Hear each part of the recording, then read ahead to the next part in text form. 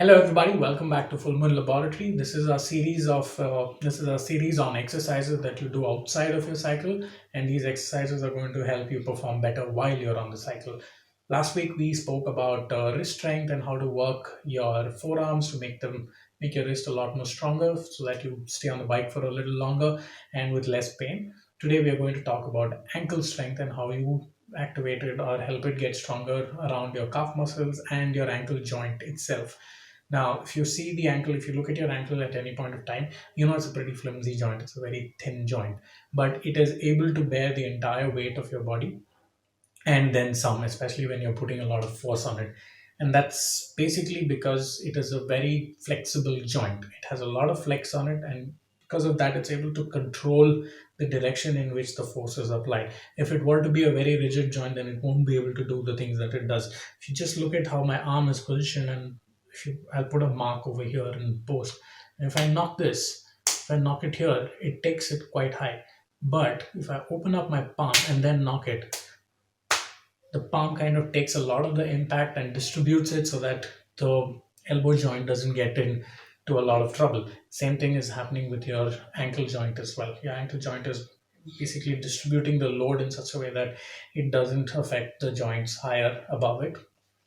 And why do you need good ankle strength? It's also because of the shoes you wear while riding a bicycle.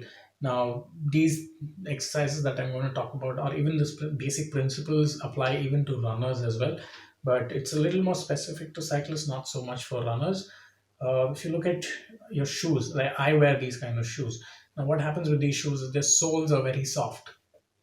They bend, they flex in all kinds of directions, which means the force that you're applying is being compensated by your ankle so that it goes straight into the pedal, right?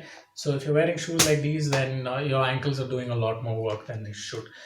If you pick up a pair of running shoes, they have a lot less flex, and that kind of makes it a little more easier on your joints, on your ankle especially. What we're going to do is, irrespective of what shoes you wear, especially if you wear a cycling specific shoe, the ones with cleats, their soles are really stiff, so they don't really have this problem towards the ankle. They take care of the distribution of the load that you send from your higher above joints, like your calf and your glutes and all of the other muscles that are above it. Your quads is what I was looking for. That's the word. Quads, hamstring, glutes. All right, so we got that.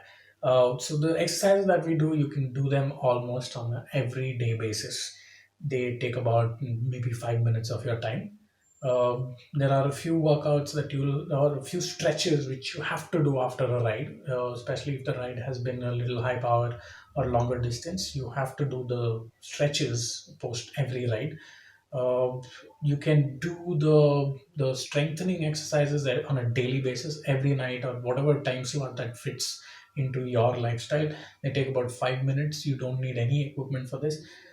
If you do see that your performance is a lot more demanding, then you might start including resistance bands in the same workout. Now, if you need that kind of stuff, just leave a comment, and then we can take that into the more fine-tuned version of these exercises. But the exercise I'm going to show you today is applicable for all kind of leisure riders, commuters, people who do a lot of mountain biking. You guys will need your ankle strength to be really good. So let's get into the exercises, and we will next you see will be my feet. Okay, here we are. So we first start with just drawing some circles. Now we use the big toe as the point of reference, like it's a chalk on the board, and then you go like that.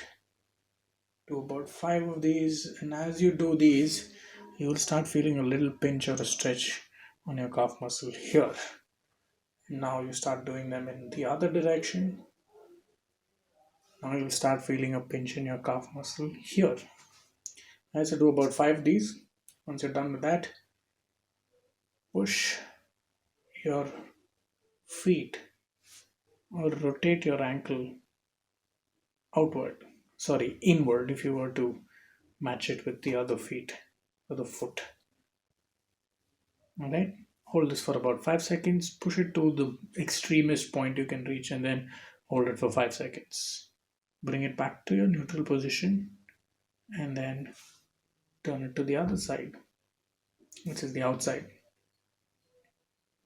Hold this for about 5 seconds. Now you push it down. Hold this for about 5 seconds, and this one's the tricky one, pulling it inward. So basically, you're trying to point your toe to your knee. So you pull it inward. This will stretch the back of your calf under here. Hold that for about 5 seconds. Now, this is the usual stuff. Now you're getting creative. Uh, Again, use the big toe as your chalk on the board and then draw alphabets in the capital form. So you go like that. That's an A, and that's a B, and then a C, and D. I'm not going to bore you with all the 26 alphabets, but you have to do this in capital format. Go all the way up to Z. Now, these are your exercises that you do. I usually do this just before I go to bed or watching TV or some such stuff, and then come back, rotate it a few more times, five per direction, and you're done. Right, so we have to go vertical now because we have space. So you get the point. So you find yourself a wall, put your hands on it. Now we're going to show you how to stretch the left calf. There are two stretches. One, either of those stretches, you're trying to keep your feet flat on the ground, no lifting of your heel. With this first stretch, you're going to keep your knee locked, okay? And then just push your hip forward. And as you go to a point, you will start feeling a stretch here on the big muscle, on the big chunk, right? So you keep going, keep going, keep going. When you reach the point where you feel a lot of tension but it's not pain, you hold it there. Count for about 30 seconds and then release it back. Once that is done, bend your knee and repeat the process. When you repeat with a bent knee, the stretch is basically here at the Achilles tendon and the front of the calf. Same process, hold it down, feet flat, bend your knee, push your hip forward, start feeling the stretch. And as it tightens up, hold there for about 30 seconds and then release. Come back to zero and switch to the other side. Now, this you have to do after every ride. Please do this. Especially if you're running, if you're runners and you are doing these stretches, every day that you run, you have to do this at least thrice a day. That's the amount of stretching you should do to your calves. Because, like I said, really flimsy joint, a lot of weight on it. See you guys next week. Oh, wait, if you have any specific questions, please feel free to write to Fullman Laboratory. All the details are there below on the comments or wherever you want to reach me through. Sustainability because of how rigid, how less rigid